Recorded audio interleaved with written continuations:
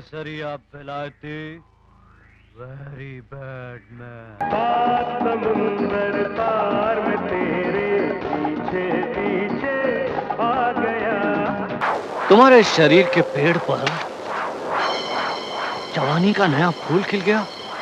इसकी खुशबू तो सबसे पहले गुलशन को ही सूंघनी चाहिए ना, राइट? गलती हो गई, बहुत बड़ी गलती हो गई। मैंने बोला था ना। तो सुनी तेरी जान मेरे कदमों के नीचे आ गई। How dare you! Come here.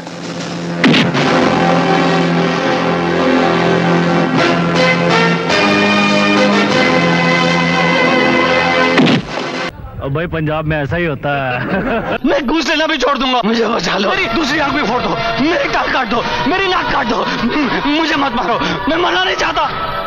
ऊपर ना चाट मिलती है ना गोलगप्पे, मैं ऊपर नहीं जाना चाहता। बैडमैन। कभी आप हीरो के रोल करिए। दोनों नहीं, अरे नहीं, सब हीरो लोग बर्बाद हो जाएंगे यार। गुलशन ग्रोवर को कभी भी हीरो बनने की चाह नहीं थी।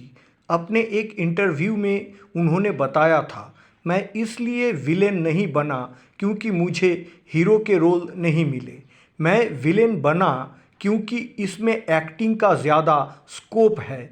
मेरे दिमाग में हमेशा यही रहता था कि मैं इंडस्ट्री का बेहतरीन विलेन बनूंगा। मैडम माया, मैं तेरी काया पलट दूंगा। जिंदगी का मज़ा तो खट्टे में ही है। आज के इस कलयुग में तुम्हारा भगवान भी इस शैतान से डरता है। ये कुछ डायलॉग्स हैं जो आपको बीते दौर के मशहूर विलेन गुलशन ग्रोवर की याद दिला देंगे। देखो, जिंदगी का मजा जो है ना खट्टे में है, और तुम दिखते हो गोलगप्पे की तरह। जिस दिन मुझे गुस्सा आ गया ना, मैं तुम्हें। अपने अलग अलग तरह की किरदारों से इन्होंने कई सालों तक बॉलीवुड में राज किया था। गुलशन ग्रोवर कैसे फिल्मी दुनिया के बैडमैन बने, आइए बताते हैं। करीब 400 से अधिक फिल्मों में काम कर चुके गुलशन ग्रोवर का बचपन मुश्किल भरा था। आज के सफल विलेन एक्टर ने अपने जीवन में बेहद गरीबी का सामना कर चुके हैं। भारत पाकिस्तान विभाजन के दौरान विश्वंभर नाथ ग्रोवर और राम राखी ग्रोवर अपने बच्चों समेत पाकिस्तान से भारत आए थे। उस दौर में गुलशन के परिवार को बेहद गरीबी और मुश्किल भरे दिन काटने पड़े थे। कई बार तो ऐसे हालत हो गए थे कि भूखे भी सोना पड़ा था। गुलशन का परिवार बहुत बड़ा था। उनकी 5 बहनें थे और एक बड़े भाई। जब गुलशन छोटे थे तब वो अपने बहनों की पढ़ाई पर बहुत ध्यान देते थे। वो चाहते थे कि हर वक्त उनके बहनें पढ़ाई करें और उस पर ध्यान दें। गुलशन ग्रोवर का जन्म 21 सितंबर 1955 को हुआ था। गुलशन ने दिल्ली के श्री राम कॉलेज से कॉमर्स लेकर अपने ग्रेजुएशन के पढ़ाई संपूर्ण किए थे। पत्रकारिता के दुनिया में आजकल बहुत बड़ा नाम रखने वाले रजत शर्मा जी कभी गुलशन ग्रोवर के क्लासमेट या सहपाठी थे। मीडिया से बात करते हुए गुलशन ग्रोवर ने खुद एक बार बताया कि सुबह होते ही अपने बस्ते में स्कूल के यूनिफॉर्म रखकर घर से निकलते थे। बड़ी बड़ी कोठियों में बर्तन और कपड़े धोने वाला डिटर्जेंट पाउडर बेचा करते थे। इसे बेचकर जो पैसा कमाते थे उससे ही स्कूल का खर्च निकालते थे। लेकिन गरीबी ने मुझे मजबूत बनाया। मेरे पिता ने हमेशा ईमानदारी और मेहनत के रास्ते पर चलना मुझे सिखाया। गुलशन अपने कॉलेज के दिनों से ही अभिनय करने लगे थे। वो उस समय रंगमंच के बहुत बड़े कलाकार भी थे। You hit me? तूने मुझे मारा? अब जानता है तेरे साथ क्या होगा? You'll pay for this. You will pay for this. Let's go. गुलशन अपने कॉलेज के दिनों से ही अभिनय करने लगे थे। वो उस समय रंगमंच के बड़े कलाकार भी थे। उन्हें कॉलेज में होने वाले हर नाटक में भाग लेना पसंद था और वो हर नाटक को प्रमुखता से करते थे। फिल्मों में आने से पहले वे लंबे समय तक थिएटर से जुड़े हुए थे। भाई मैंने पहली बार एक अच्छे आदमी का रोल किया है। श्री नितिन मनमोहन और मुकुल आनंद ने मुझे पहली बार ऐसा मौका दिया, अदरवाइज तो मैं हमेशा विलन का रोल करता हूँ। गुलशन ग्रोवर ने पढ़ाई के बाद एक्टिंग की दुनिया में जाने का मन बनाया और मुंबई पहुंच गए। मुंबई आकर रोशन तनेजा का एक्टिंग स्कूल ज्वाइन कर लिया। इसके बाद जब काफ़ी कोशिश के बाद उन्हें रोल नहीं मिले तो उन्होंने तनेजा की एक्टिंग स्कूल में ही काम करना शुरू कर दिया। इस दौरान उनके साथ कई सितारे भी एक्टिंग के गुर सीख रहे थे और इनमें संजय दत्त भी शामिल थे।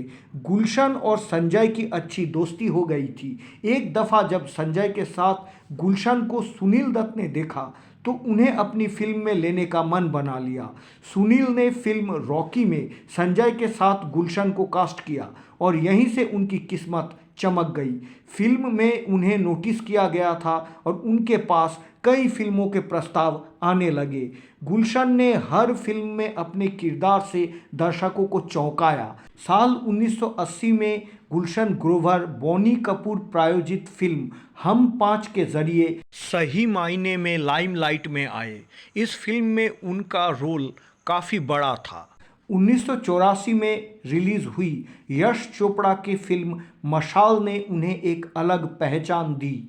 फिल्म मशाल में उन्हें दिग्गज अभिनेता दिलीप कुमार के साथ स्क्रीन शेयर करने का मौका मिला था। गुलशन ने हर फिल्म में अपने किरदारों से दर्शकों को चौंकाया, भले वो राम लखन का केसरिया विलायती हो या फिर शोला और शबनम का काली शंकर।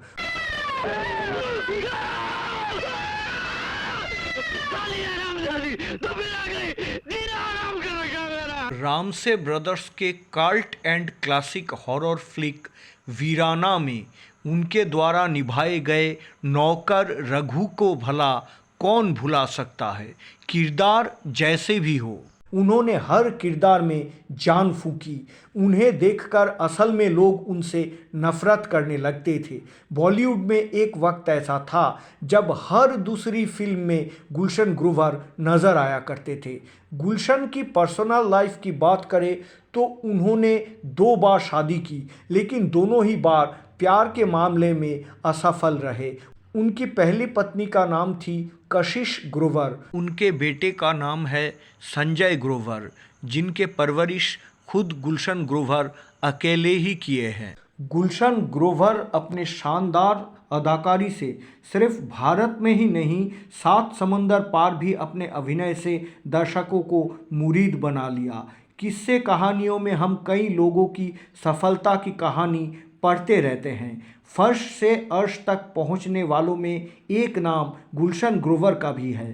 पर्दे पर भले ही गुलशन नेगेटिव रोल प्ले कर लोगों के दिल में खौफ पैदा करते हैं, लेकिन इनके असल ज़िंदगी बेहद सीख देने वाली है। बेहतरीन अदायगी से गुलशन ग्रोवर तो सैकड़ों फिल्म में काम किया, लेकिन राम लखन में उनका तकिया कलाम बैडमैन को दर्शकों ने खूब पसंद किया।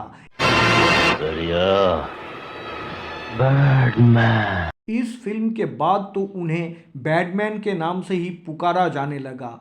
अब तो बैडमैन बनाने की वो क्लास भी लिया करते हैं। एक्टिंग के साथ साथ गुलशन ग्रोवर इलेक्ट्रॉनिक्स सामग्री के बिजनेस से भी जुड़े हुए हैं। बॉलीवुड में बैडमैन के नाम से मशहूर गुलशन अब भी फिल्मों में काम कर रहे हैं। बीते कुछ सालों में वो no means no, the good Maharaja, rocketry, Charlie Chopra में नज़र आए थे।